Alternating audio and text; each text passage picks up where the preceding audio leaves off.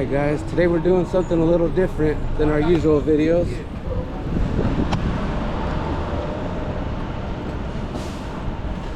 We're gonna be going, we're in Brooklyn today with it. Alright, let me adjust this.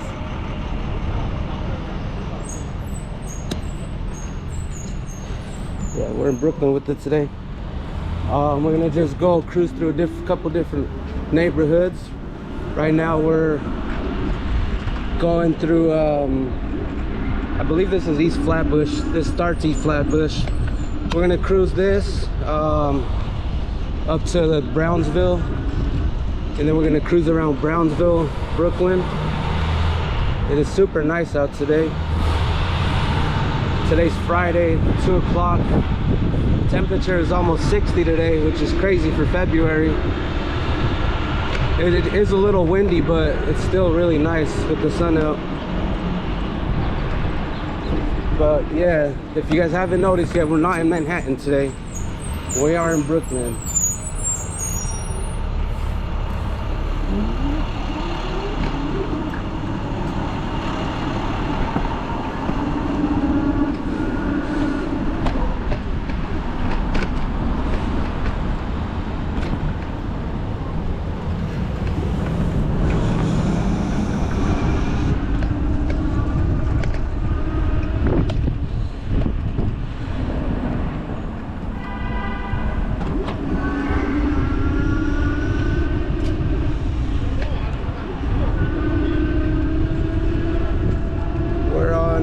We're going to Bedford Avenue. We're take a left. We're about 3 miles away from Brownsville.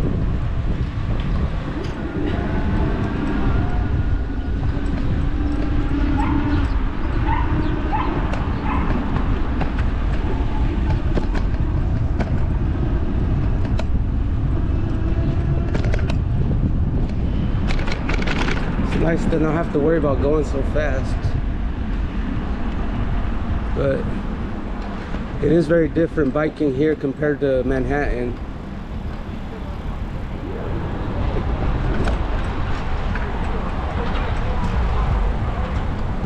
Yeah, it's super nice out today.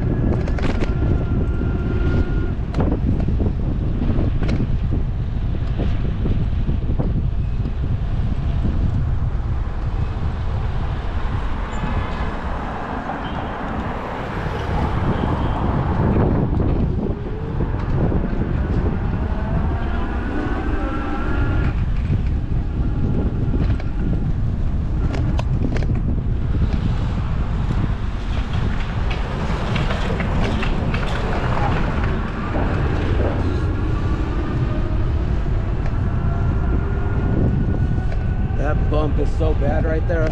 I hit that on my bike a couple nights ago coming home at night. Oh man, I thought I was gonna pop both my tires. I don't know how I did it. We'll take a right here.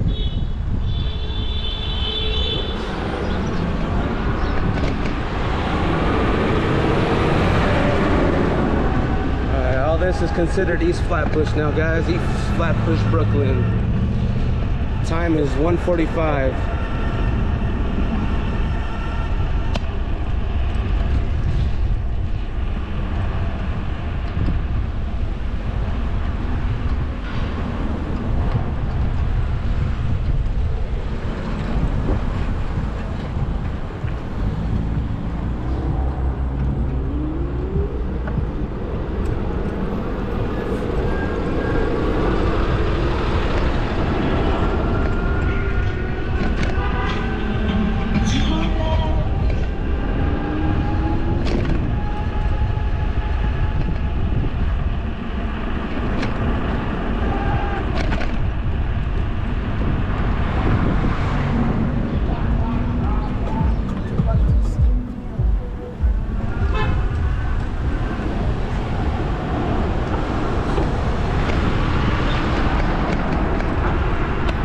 I was supposed to go get a haircut today too.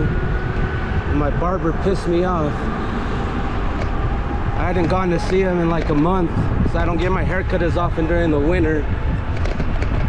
And he told me to stop by today at 1:30, so I showed up like 1:15, and he said someone else walked in right after me, and he tried to say, whatchamacallit, god damn, that's dangerous. What is he doing?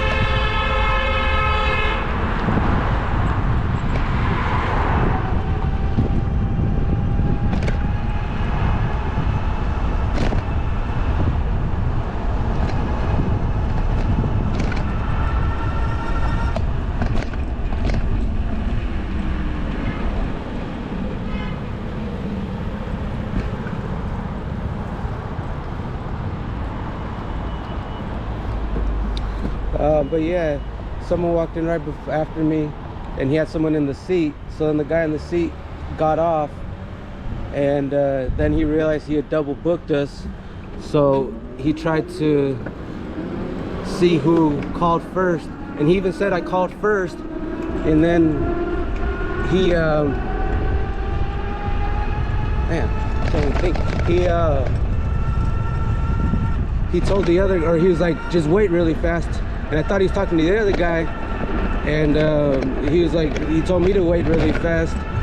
And I usually wouldn't mind waiting, but like he had literally called me the week before, like wondering why I hadn't gone in to see him, because we have a good relationship, me and my barber. I've been going to him for a long time now.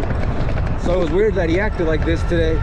And I don't know if part of the reason why he did it was because I hadn't gone to see him, and maybe he thought I was going to someone different, so he kind of used it to kind of get back at me. But like I had even told him when I spoke to him that I just don't get my haircut as often during the winter because I always wear a beanie. So I just try and save a little money during the winter, but in the summer I'm there every week getting my haircut, like religiously, and he knows that. I always tip him well.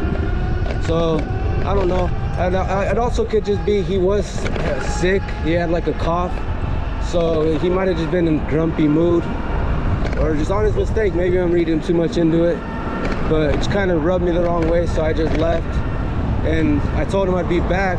He's like, oh, okay, so you'll be back in a little bit. I was like, no, man, I'll come back next week or something. And he kind of stood there, and he was like, oh, okay. And that was the end of it. So it's all right. Like I said, I wasn't even too pressed on getting a haircut.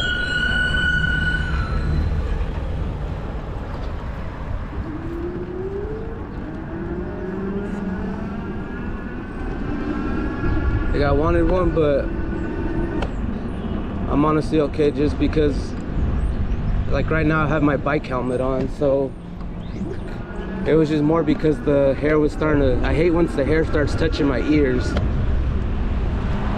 It's alright. We'll try again next week.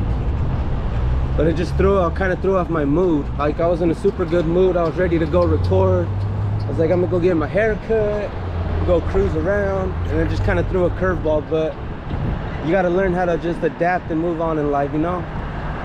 I could be all pissed off going home, but I was like, yeah, whatever. God just didn't want me to get a clean fade this week. God damn, this guy's crazy. Jesus Christ.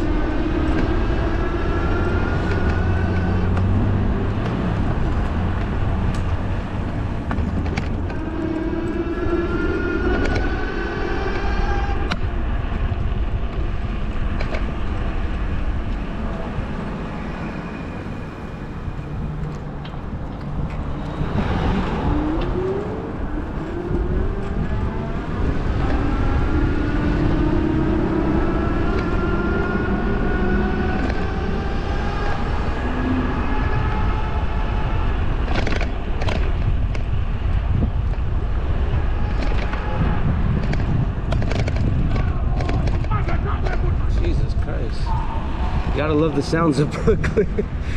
So much more different than Manhattan. But that's why I love living in Brooklyn, man. Like, I don't know. Like, I like working in Manhattan, but I couldn't picture myself living in Manhattan. At least not until I have some money. just because like I feel like I don't know what's called, like different social classes or whatever, like they do a good job of like making you not feel welcome if you're not of a certain social class in certain areas of Manhattan. I'll just put it that way. In Brooklyn, it's a lot more of a melting pot, you know, and it's just a lot more adventurous for sure. It could be a lot more dangerous too if you're not careful, but as long as you're safe, you know, try and be aware of your surroundings at all times. Because last year I worked in Brooklyn my whole time doing food deliveries, and I was doing food deliveries like late into the summer nights, you know, 3-4 in the morning.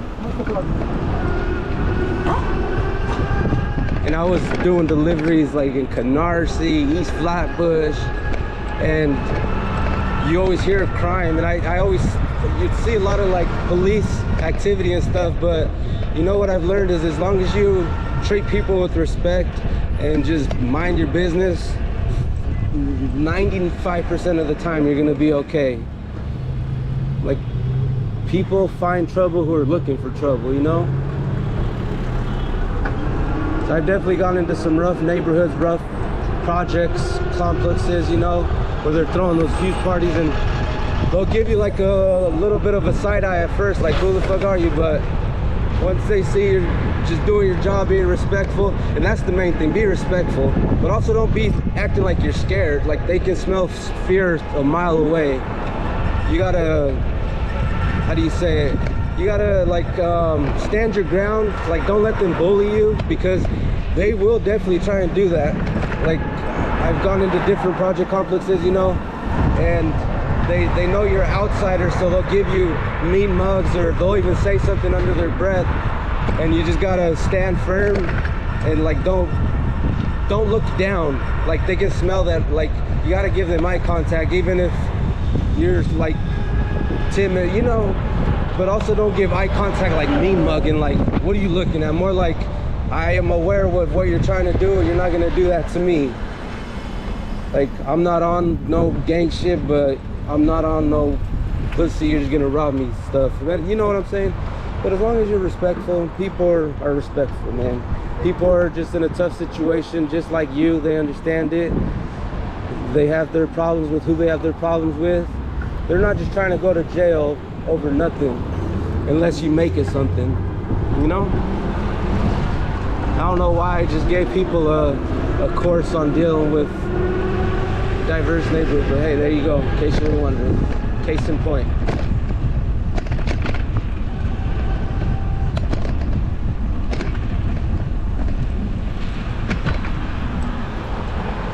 We're almost to Brownsville now.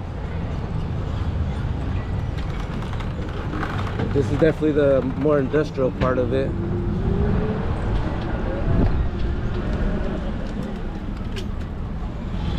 That, and since I'm not too familiar with these areas anymore, it's kind of hard for me to narrate as we're going, but I'm gonna try and add screenshots throughout the video of like where I'm going, where I've been, so you guys can kind of see what part of Brooklyn we're going through. I just know that this is East Flatbush, but we're going up into Brownsville. We're just gonna cruise Brownsville.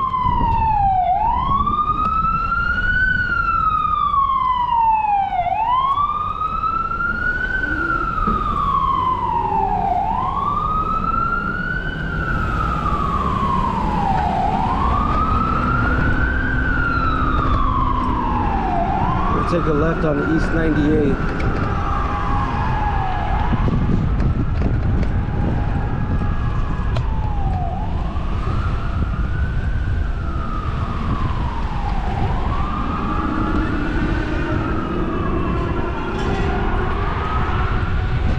Once we get into Brownsville, we're going to cruise up and down the streets of Brownsville, give you guys a different perspective on it, you know?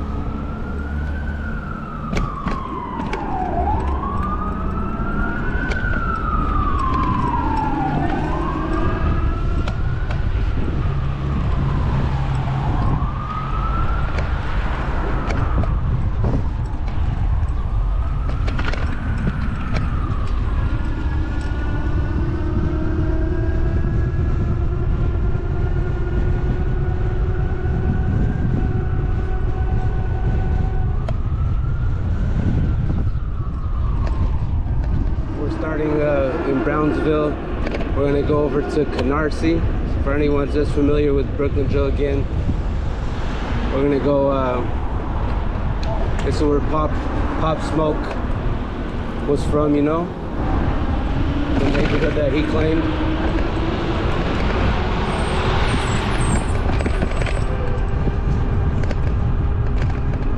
He was from the 90s, to be specific.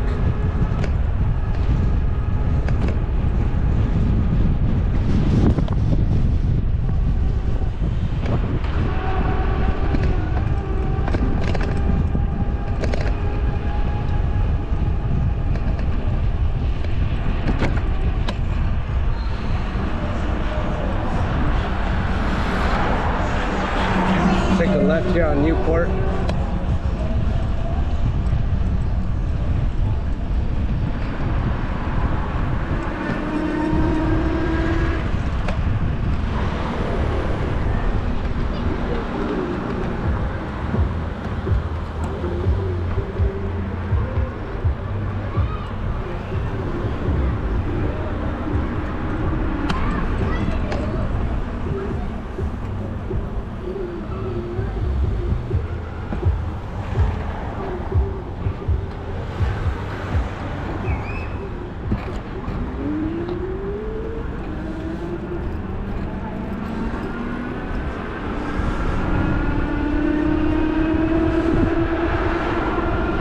Take a right here on Amboy.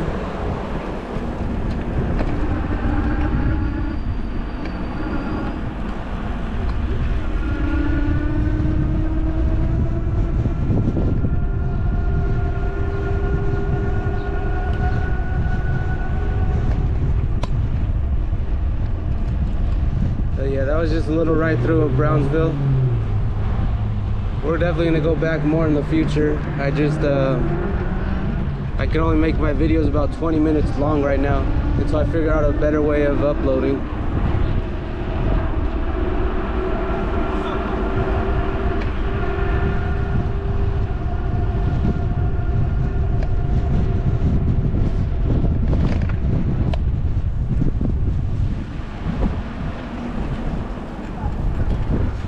But you can also, once we get over there, you can see the difference in opportunities and because Canarsie is historically known as like a upper middle class neighborhood.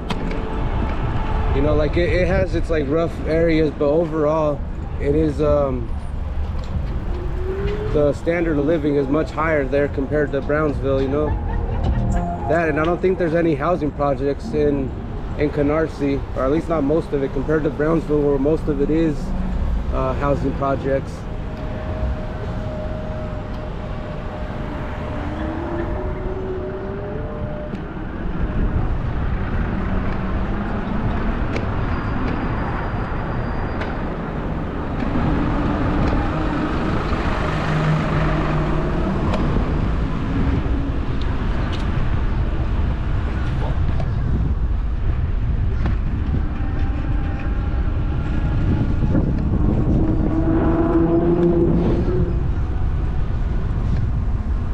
That's why Canarsie is referred to as the flossing, because they floss on people, you know?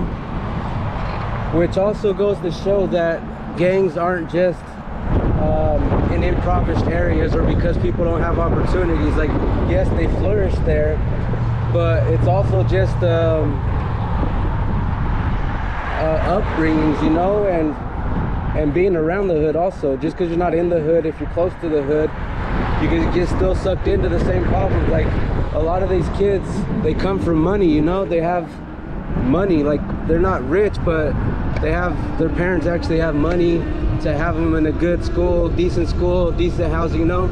But a lot of these kids still choose gang life just because that's what's glamorized so much in mainstream media and just in general, you know? I won't even lie, like, growing up, I was never in a gang, but when you're young, you watch movies and you think, I want to be like them when I grow up, without really fully realizing the implications of it, and also just what it comes with, you know, the consequences, people don't realize till it's too deep. You're too deep in it usually. And that's what's unfortunate about the situation, is that a lot of these kids have a lot more of a chance in life than like Brownsville, the last neighborhood that we're in, but a lot of people don't realize how good a chance they have, you know, and people will dwindle it away, or you know what I mean. Like, you can just tell right away, once again, by the potholes. Like, look at these streets compared to Brownsville where we're just at. Like, yes, there's potholes here, but you can even go on the streets. I had to ride most of the sidewalks in Brownsville just because construction or potholes, you know. Which goes to say there's more tax dollars over here. But shit's crazy, man.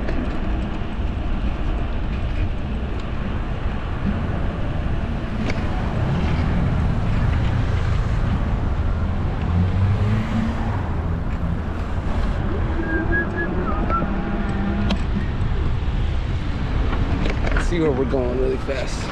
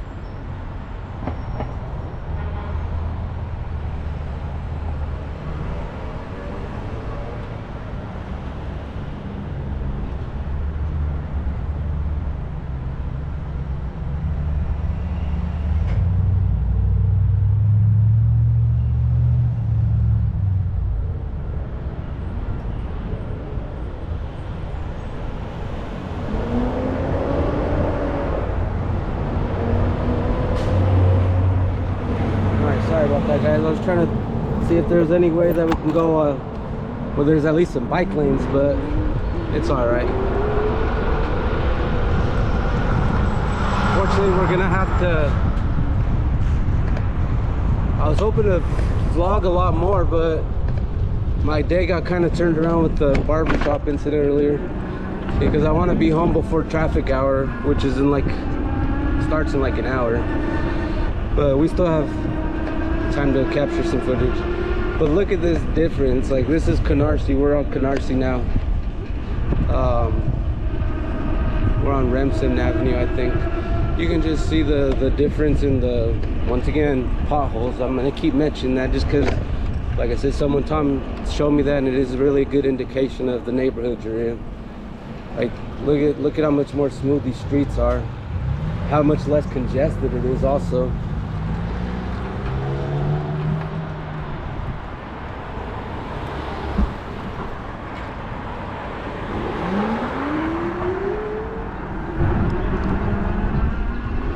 We're on 93rd and we just passed Foster.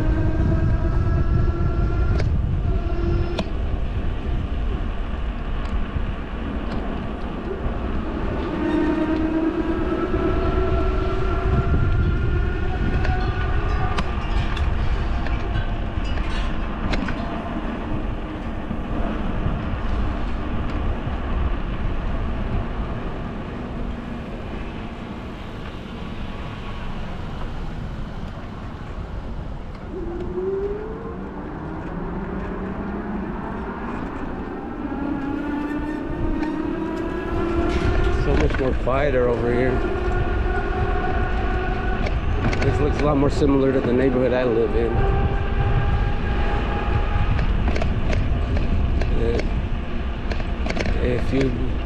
It seems hard to believe that this has gangs in it too, but there are definitely gangs all throughout here, and not like and these gangs aren't any less and are to be taken any more lightly than the ones in Brownsville, you know. Just this is where it gets kind of tricky. People think, oh, these houses look nice neighborhood, it's safe, and yes, it might be a little safer than Brownsville, but you still have, I still hear about shootings over here, you know, murders, unfortunately. Like, I mean, shoot, there was a murder that happened in Times Square 2 nights ago, you know. So no safe is there, no area is safe. Like, you think you're Times Square, Manhattan, like you're safe, and you're not necessarily safe, but you're a lot more guaranteed that the people who committed the offense are going to be caught. Like, commit a crime in Manhattan, or a violent crime, your chances of getting away with it are pretty much 0%. You know, maybe 5% chance getting away with it, is because the amount of cameras and police presence. And even if you do get away with the crime at the moment, they're gonna find you. Like, it's, the video surveillance there is beyond crazy how many cameras there are in Manhattan, you know. So that's one thing, is that there are crimes that still happen, but the probability of your crime being solved goes up tremendously, you know. But that doesn't deter people from doing dumb things, though. So that's one thing that I learned ever since I started working in Manhattan, because I'm not from here, I'm from Denver, Colorado. Is one thing that I've always been told by my barber, actually, the one that I'm kind of mad at right now. He's always looked out for me. Like, he's kind of like a brother figure, father figure, brother figure, since I lost my brother about 5 years ago, 6 years ago now. So he always like checks up on me, and he even texts me. I just haven't read it yet, but I saw the beginning part of it. He said, I'm sorry. So it's no hard feelings. I'll go see him. But anyways, the point I was trying to get at is, like, he told me, and I already knew, but don't have your head in your phone when you're out in the city. Like, nothing is that important. Or if it is, if you need to make a text, make a call, pull off to the side, pull up against the wall so you don't have your back exposed, you know. Because that's how majority of crimes happen. They'll sneak up from behind you, either hit you from behind, knock you out, or even worse, you know, firearms, weapons of any sort. So just keep aware of your surroundings. Like, if I ever need to make a text or a call, doesn't matter where I'm at, I like to pull over somewhere where there's a fence, somewhere that I can kind of post up on, so I know that at least my back is covered. So if I do have any threat or anything, I'm gonna see them walking up on me. So that's the one biggest advantage that you need to keep to yourself, is making sure that you don't get sucker punched from behind or get crept up on from behind. Like, I tell my girlfriend that, I try to tell everybody that. Like, that's honestly gonna be like one of the biggest ways of keeping you safe in the city. And even that's not like bulletproof, but it's gonna help you a lot, because I've seen it happen to people. I've heard about it where your face is in your phone, waiting for the bus, waiting for the subway, and all of a sudden you look up, 3 guys standing around you. Give me everything in your pockets, give me this, give me that.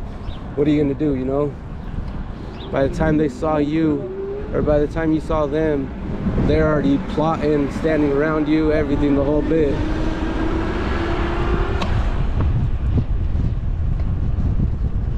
So, you know, just some things to keep in mind.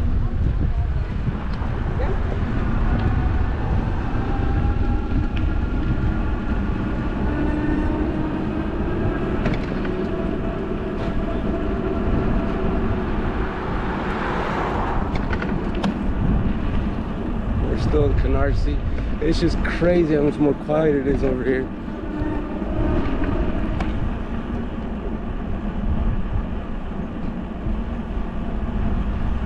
But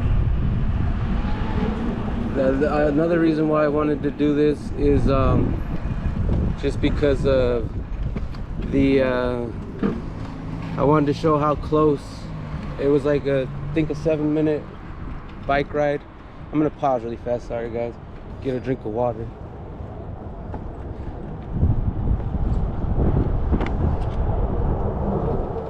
But I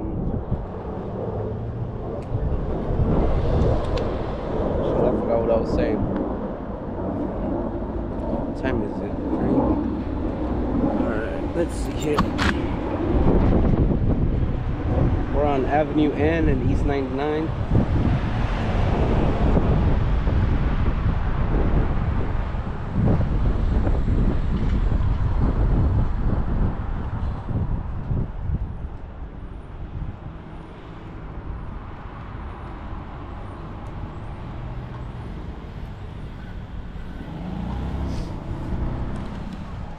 Okay, I think we're gonna go to one more address here. I didn't realize we were so close. Last year, I don't know once again, I don't know how many of my viewers are familiar with Brooklyn Drill, but one of Pop Smoke's, like one of his good friends, well, Pop Smoke was murdered in LA back in 2019, I believe. But his good friend was murdered last year, February 3rd actually. We're gonna go, I guess he was murdered right out front of his house right over here. We're about 2 minutes away. I'm gonna post a screenshot of the article. I'll link it in the comments to the full article. But his name was TDot Woo. He was, he has a lot of, he was in a lot of music videos. He's famous for his dancing. He coined the term the Woo Walk, but he was unfortunately, he had just signed a record deal and he was murdered in last year.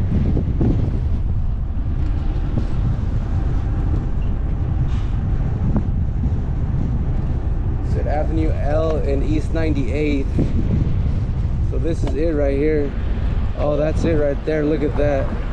That's actually a picture of him right there. That's crazy. Oh, that's where it happened. Look at that. There's actually candles. I don't know if my camera can pick it up. We'll go over there once these cars pass. We'll go back around this way, but that's where he was. Oh, wow. That's sad.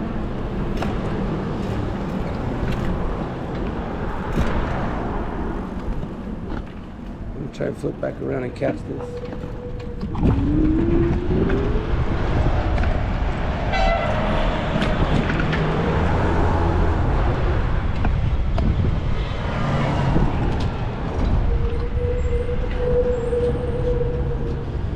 Yeah. I don't know if my camera can pick it up, but there's the candles right there. It has his name spelled out. That's sad.